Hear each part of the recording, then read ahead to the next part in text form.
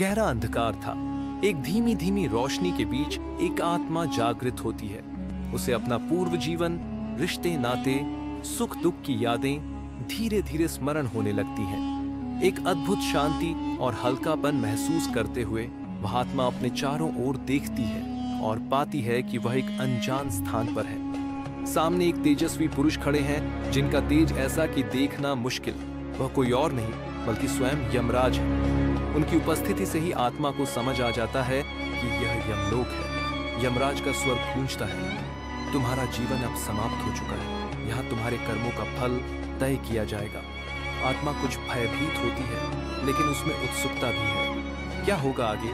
क्या यह अंत है या नई शुरुआत? यमराज कहते हैं, तुम्हारे पास दो विकल्प हैं। पहला, तुम पुनः जन्म ले सकती हो, अपना जीवन का चक्र फिर से प्रारंभ कर सकती हो। दूसरा, तुम मोक्ष प्राप्त कर सकती हो, जन्म मृत्यु के बंधन से मुक्त हो सकती हो। आत्मा सोच में पड़ जाती है। एक और पुनः जन्म का आकर्षण है, तो दूसरी ओर मोक्ष की शांति का वादा। यमराज उसे सोचने का समय देते हैं। आत्मा अपने भीतर झांकती है। वह अपने पिछले जीवन के उतार चढ़ावों को देखती है, रिश्तों में उलझने, सुख दुख, प्यार और दर्द। वह सोचती है कि क्या वह फिर से इन अनुभवों से गुजरना चाहती है या अब शांति प्राप्त करने का समय आ गया है।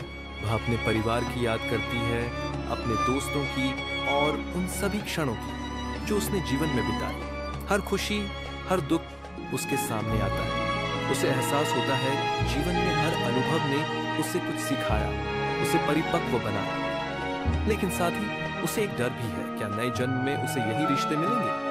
क्या वह अपने पुराने परिवार से फिर मिल पाएगी? लंबे विचार मंथन के बाद आत्मा के भीतर एक अद्भुत शांति आती है। उसे एहसास होता है कि मोक्ष की राह असल में उसकी आत्मा की अंतिम मुक्ति का मार्ग है। सभी कर्म, सभी कर्तव्यों को निभाकर अब उसने स्वयं को उस बंधन से मुक्त कर लिया है। अब उसके लिए मोक्ष का रास्ता ही उपयुक्त है। यमराज मुस्कुराते हुए कहते हैं, तुमने सही निर्णय लिया है। यह शांति ही तुम्हारे मोक्ष की ओर पहला कदम है।